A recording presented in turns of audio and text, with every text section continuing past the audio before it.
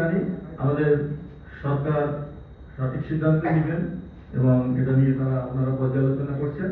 আপনারা ওনাদের কাছ থেকেই ফাইনাল ব্রিফিংটা পাবেন স্বরাষ্ট্র আরেকটা মন্ত্রণালয়। প্রশ্ন ছিল, আপনি চ্যালেঞ্জিংটা সেটা যদি একটু আমাদের দেশে আপনারা দেখেন পৃথিবীর ভিতরে সব থেকে একটা জনবহুল রাষ্ট্র। চ্যালেঞ্জটা হলো আমাদের ল অ্যাবাইডিং সিটিজেন দিন দিন কমে যাচ্ছে।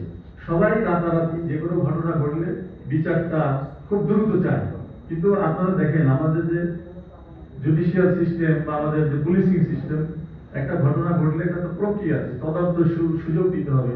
এই জন্য আমি একটা প্রপোজাল গভর্নমেন্টকে দিয়েছি যে প্রত্যেকটি থানায়, যেহেতু আমরা খুব শর্ট টাইমের ভিতরে বিচার দেয়, বিশেষ করে টাকা আদায়, জমি সংক্রান্ত সমস্যা, এই সমস্যাগুলো কিন্তু আমরা ইনস্ট্যান্ট থানাতে যদি একটা জুডিশিয়াল ম্যাজিস্ট্রেট বসায় দেওয়া হয়, দেখা যায় আপনি 7 দিনের ভিতরে বিচার পাবেন, আপনার কোর্টে ঘুরতে হতেছে না, পুলিশেরও সময় সেভ হচ্ছে।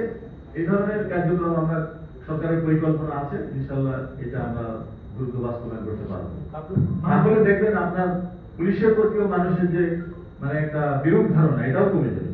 কারণ কি অনেক জিনিস আছে আমরা আইনে কভার করে না, আমরা মাঝে মাঝে বিবৃতি দিয়ে বলা হয় যে টাকা আদায় থেকে শুরু করে এগুলা পুলিশের কাছে আসবে না, জমি সংক্রান্ত ল্যান্ড লিটিগেশন যেটা আর কি, সেটা কোর্টই সিদ্ধান্ত নেবে। কিন্তু এগুলা ওখানে যদি কোনো ম্যাজিস্ট্রেট থাকলো স্বল্প সময়ের ভিতরে যদি বিচারটা দিয়ে দেন, তাহলে জনগণও সন্তুষ্ট, আমাদের প্রশাসনিক জটিলতাও কমে যায়। এটা আমার মনে হয় সম্ভব হবে বাংলাদেশে। আপনারা আসলে সমস্যার সমাধানের জন্য সবাই পজিটিভলি এগিয়ে আসতে হবে, বিরূপ ধারণা পোষণ না করে সহযোগিতা। ধন্যবাদ।